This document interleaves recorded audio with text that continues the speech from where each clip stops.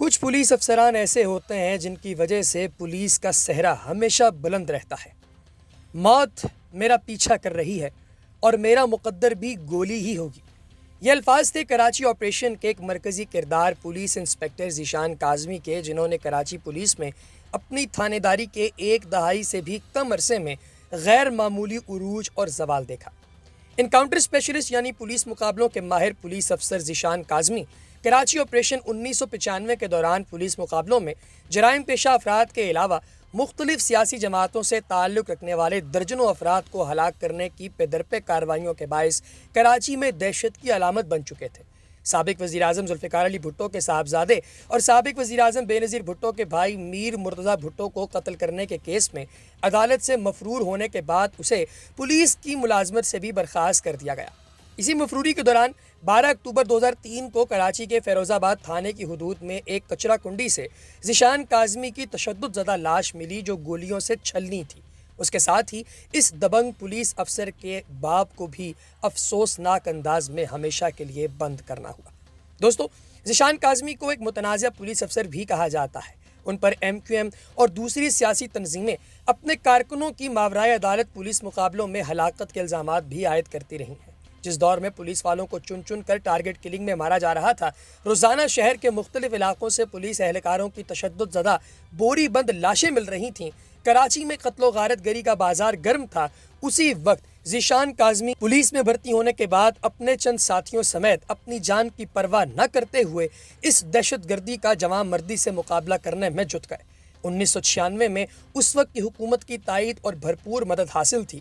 D I جی کراچی شعیب سڈل کی زبردست حکمت عملی سے دہشت گردوں کے لیے کراچی کی زمین تنگ کر دی گئی اور نامی گرامی دہشت گرد روزانہ پولیس مقابلوں میں مارے جانے لگے، جس سے شہر میں امن و امان قائم ہوا۔ مگر پھر پولیس کا یہ کامیاب آپریشن سیاست کی نظر ہو گیا۔ پولیس کے چند سر پھرے نوجوانوں نے یہ تہیہ کر لیا تھا کہ کسی کو نہیں چھوڑیں گے، اور ان تمام پار لگانے کی حکمت عملیوں میں پولیس افسران کو نہ صرف کراچی پولیس کی تاریخ اور آپریشن میں اہم باب کی حیثیت ملی، بلکہ وہ پوری سندھ پولیس کے لیے ہیرو بن گئے۔ دوستو، ان میں سب سے نمایاں نام ذیشان کاظمی کا تھا، جو اپنی دلیری اور رسک لینے کی خوبی کی وجہ سے اب مختلف سیکیورٹی ایجنسیز اور خفیہ اداروں کی آنکھ کا تارا بن چکا تھا۔ اس وقت کے وزیر داخلہ سے براہ راست میٹنگز اور آشیواد کی وجہ سے وہ جہاں چاہتا اور جس تھانے میں چاہتا اپنی تعیناتی کروا لیتا تھا۔ اپنے قریبی دوستوں اور ساتھیوں کو بھی ان کے من پسند تھانوں میں تعیناتی کروا کر دیتا۔ اب اس کے کہنے پر کراچی میں S Ps, D S P اور ایس ایچ اوز کی پوسٹنگ بہت معمولی بات تھی۔ اس کے علاقے میں کسی جرائم پیشہ کی مجال نہیں تھی جو پر بھی مار سکتا۔ اس کی دہشت اور دبدبے کا یہ عالم تھا کہ اس نے مختلف تھانوں میں اپنی تعیناتی کے دوران اپنے علاقوں میں نوجوانوں کو جینز کی پتلون پہننے پر پابندی عائد کر دی تھی، اور اس کی دہشت کی وجہ سے اس پر کوئی چونچرا بھی نہیں ہوتا تھا۔ بہت سے لوگوں کا کہنا ہے کہ اگر اس وقت کے بدترین حالات کو دیکھا جائے، جب پولیس اہلکاروں سمیت عام معصوم لوگوں کی ٹارگٹ کلنگ ہونے کے علاوہ بوری بند لاشیں ملنا معمول بن چکا تھا، تو ان سے نمٹنے کے لیے ان پولیس افسران نے جو بھی کیا وہ وہی اس وقت کا سب سے بہترین علاج تھا۔ کچھ لوگ اس وقت کو انسانی حقوق کی پامالی کے بدترین دور سے تشبیہ دیتے ہوئے کہتے ہیں کہ اس دو طرفہ پرتشدد لڑائی میں کراچی آپریشن میں متحرک تمام پولیس افسران جائز ناجائز کی حدود کا تعین کرنا چھوڑ چکے تھے۔ اس کے علاوہ دوستو، سندھ ریزر جو ریزرو فورس ہوتی ہے، اس میں بھرتی ہونے والا ذیشان کاظمی دوران ملازمت کئی مرتبہ ملازمت سے معطل بھی ہوا اور اپنے اثر و رسوخ سے واپس بحال بھی ہوتا رہا۔ مخالفین اس پر کروڑوں کی ناجائز دولت، پراپرٹی، بھتہ، یہ سب چیزوں کے الزامات لگاتے رہے، لیکن کوئی الزام ثابت نہ ہو سکا۔ خطروں سے کھیلنے والے اس پولیس افسر پر متعدد مرتبہ قاتلانہ حملے بھی کیے گئے، لیکن قسمت کا دھنی تھا، ہمیشہ بچ نکلتا تھا۔ لیکن اس بات کی گواہی اس کے قریبی ساتھی دیتے ہیں کہ وہ ہمیشہ کہتا تھا کہ میرا موت پیچھا کر رہی ہے اور میرا مقدر گولی ہی ہوگی۔ سعود آباد تھانے کی تعیناتی کے دوران ایک سیاسی پارٹی سے الگ ہونے والے دھڑے کا رہنما، جو اس وقت مختلف سیکیورٹی ایجنسیز کے بے حد قریب تصور کیا جاتا تھا، اس سے تلخ کلامی کے بعد ذیشان کاظمی نے اس رہنما کی درگت بنا ڈالی، جس کا بدلہ لینے کے لیے اس گروپ کے مسلح لوگوں نے گھات لگا کر اس کی گاڑی پر فائرنگ کی، لیکن اس مرتبہ بھی وہ مقدر کا سکندر ثابت ہوا، ہمیشہ کی طرح بچ نکلا، اور پھر جوابی طور پر اس نے اس سیاسی گروپ کی اینٹ سے اینٹ بجا دی۔ پولیس مقابلے میں مارے جانے کے خوف سے وہ رہنما ایک حساس ادارے کے افسر کے قدموں سے اس وقت تک اٹھنے کے لیے تیار نہیں تھا جب تک اس کی جان بخشی نہ کروائی جائے، اور پھر بڑی مشکلوں کے بعد ذیشان کاظمی سے اس کی معافی ہوئی اور اس نے سکھ کا سانس لیا۔ مختلف سیاسی پارٹیاں ذیشان کاظمی پر کراچی آپریشن کے دوران 100 سے زیادہ افراد کو ہلاک کرنے کے الزامات عائد کرتی رہی ہیں۔ وہ تقریباً روزانہ ہی اپنے خلاف جعلی پولیس مقابلوں کے الزامات کے تحت پٹیشنز پر عدالتوں میں پیش ہوتا رہتا۔ اس پر متعدد پرچے بھی درج ہوئے، درجنوں جوڈیشل انکوائریاں اس کے علاوہ تھیں۔ ذیشان کاظمی کا ستارہ عروج پر تھا، سب اس کے لیے زبردست چل رہا تھا، لیکن ہر عروج کو زوال ہے، اور یہاں بھی اوپر والے نے کچھ ایسا ہی لکھا تھا۔ ذیشان کاظمی نے عیدگاہ کے علاقے سے مرتضیٰ بھٹو کے قریبی ساتھی علی سنارا کو گرفتار کرا لیا، جو کہ اس وقت کے حساب سے بہت بڑی کامیابی تھی۔ اب دوستو، اس کے مطابق تو یہ بہت بڑی اچیومنٹ تھی، لیکن شاید یہیں سے اس کا زوال شروع ہوتا ہے۔ دوستو، ہوا کچھ یوں کہ علی سنارا دہشت گرد تنظیم الذوالفقار کا کمانڈر اور بم دھماکوں سمیت قتل کی لاتعداد وارداتوں میں مطلوب تھا۔ اس کے بارے میں شبہ تھا کہ وہ اس وقت کی وزیر اعظم بے نظیر بھٹو اور ان کے شوہر آصف زرداری کو قتل کرنے کی سازش کر رہا ہے۔ ذیشان کاظمی علی سنارا کو پکڑ کر بہت خوش تھا، لیکن قسمت کو کچھ اور ہی منظور تھا۔ مرتضیٰ بھٹو علی سنارا کی گرفتاری پر سخت مشتعل تھا، اور اس نے اپنے غصے میں اپنے مسلح ساتھیوں کے ساتھ علی سنارا کو ڈھونڈنے اور چھڑانے کے لیے مختلف تھانوں اور CIA سینٹرز پر دھاوا بول دیا۔ ذیشان کاظمی نے علی سنارا کو گرفتار کر کے کسی نامعلوم مقام پر چھپا دیا تھا۔ قصہ مختصر، اسی اثنا میں مرتضیٰ بھٹو کی پولیس مقابلے میں 70 کلفٹن کے سامنے ہلاکت کے وقت اس وقت کے صدر فاروق لغاری نے پیپلز پارٹی کی حکومت برخاست کر دی۔ مرتضیٰ بھٹو کا جو قتل ہے، اس میں سابق وزیر اعظم بے نظیر بھٹو کے شوہر آصف زرداری اور اس وقت کراچی کے اہم عہدوں پر فائز تمام پولیس افسران کو نامزد ملزم بنایا گیا۔ بدقسمتی سے ذیشان کاظمی بھی اس ہائی پروفائل مقدمے میں ملزم قرار پایا۔ ذیشان کاظمی نے ہمیشہ اس مقدمے میں ملوث ہونے سے انکار کیا۔ ذیشان کاظمی کے علاوہ تمام نامزد ملزمان گرفتار کر لیے گئے۔ DIG شعیب سڈل کو عدالت سے شک کا فائدہ ملا، اور وہ ملزم ہونے کے باوجود ضمانت حاصل کرنے میں کامیاب ہو گیا۔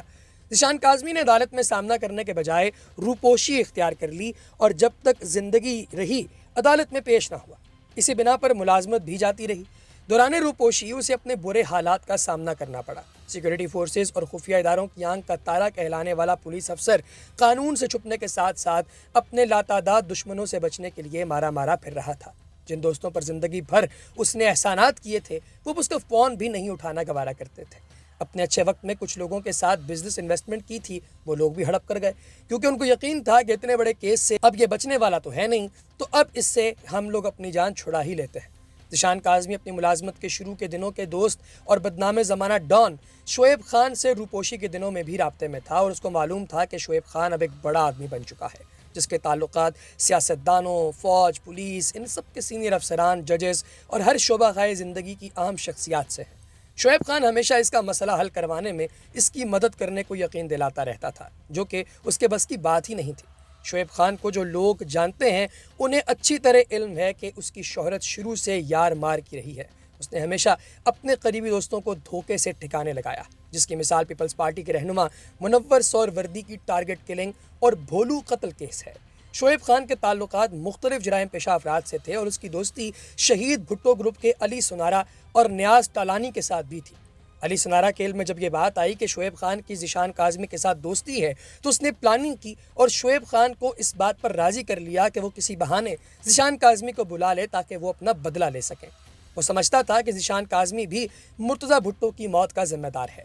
شعیب خان نے اس بار بھی یار مار کا کام کیا، ذیشان کاظمی کو اپنے گیسٹ ہاؤس کھانے پر مدعو کیا۔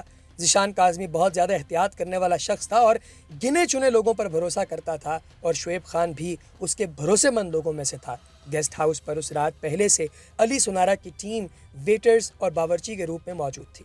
بیسمنٹ میں بنے ہال میں شعیب خان نے دھوکے سے ذیشان کو چائے میں بے ہوشی کی دوا ملا کر دی۔ بے ہوشی کے بعد اسے غیر مسلح کر کے ہتھکڑی لگا کر ہوش میں لایا گیا تاکہ اس کی انٹیروگیشن کی جائے۔ اب جب وہ بیچارہ ہوش میں آیا تو اپنے ہاتھوں میں ہتھکڑی اور سامنے کھڑے مسلح افراد دیکھ کر اس کو سمجھ آ گئی کہ اس کے ساتھ بھی شعیب خان نے وہی کیا ہے جو وہ ہمیشہ سے کرتا آیا ہے۔ مسلح افراد اس پر تشدد کرنے میں مصروف رہے، اور مرتضیٰ بھٹو کے حوالے سے وہ معلومات حاصل کرنا چاہتے تھے۔ ذیشان کاظمی کی ساری زندگی اسی قسم کے کاموں میں گزری تھی۔ وہ سمجھ گیا کہ موت کا وقت آن پہنچا ہے، کیوں نہ لڑ کر جان دی جائے۔ اس نے سخت مزاحمت شروع کر دی، جو کہ اس کے دشمنوں کے لیے غیر متوقع بات تھی۔ اسی دوران اس کے ہاتھوں میں لگی چینی ساختہ ہتھکڑی ٹوٹ گئی، جس پر نیاز ٹالانی اور منظور نامی ملزمان نے اس پر فائرنگ کر دی، جس سے ذیشان کی موقع پر ہی موت ہو گئی۔ شعیب خان نے اس کی موت کا رخ ایک سیاسی پارٹی کی طرف موڑنے کے لیے لاش بوری میں ڈلوا کر فیروز آباد کے علاقے میں کچرا کنڈی میں پھینکوا دی۔ کافی عرصے تک سب یہی سمجھتے رہے کہ اس قتل کے پیچھے ایک سیاسی جماعت کا ہاتھ ہے۔ آگے چل کر سب کے علم میں آیا کہ گرفتاری کے بعد کیسے پراسرار انداز میں جیل میں بند شعیب خان موت سے ہمکنار ہوا۔ علی سنارا کھارادار کے علاقے میں مسلح افراد کی گولیوں کا نشانہ بنا۔ بقیہ ملزمان کو بھی کراچی کی پولیس نے طویل عرصے کے بعد گرفتار کر کے کیفر کردار تک پہنچا دیا۔ ذیشان کاظمی کی زندگی کے اتار چڑھاؤ عروج زوال پر کسی بالی ووڈ مووی کا گمان ہوتا ہے اور کچھ لوگ اسے ایک متنازعہ اور شفاف پولیس افسر کہتے ہیں۔ اس کے پولیس مقابلوں کے مستند ہونے پر شک کی انگلیاں اٹھاتے ہیں، اس کے انجام کو قدرت کا قانون قرار دیتے ہیں، لیکن پولیس ڈپارٹمنٹ میں اسے ایک بہادر، نڈر اور خیر خواہ ایس ایچ او کی حیثیت سے ہمیشہ یاد رکھا جائے گا۔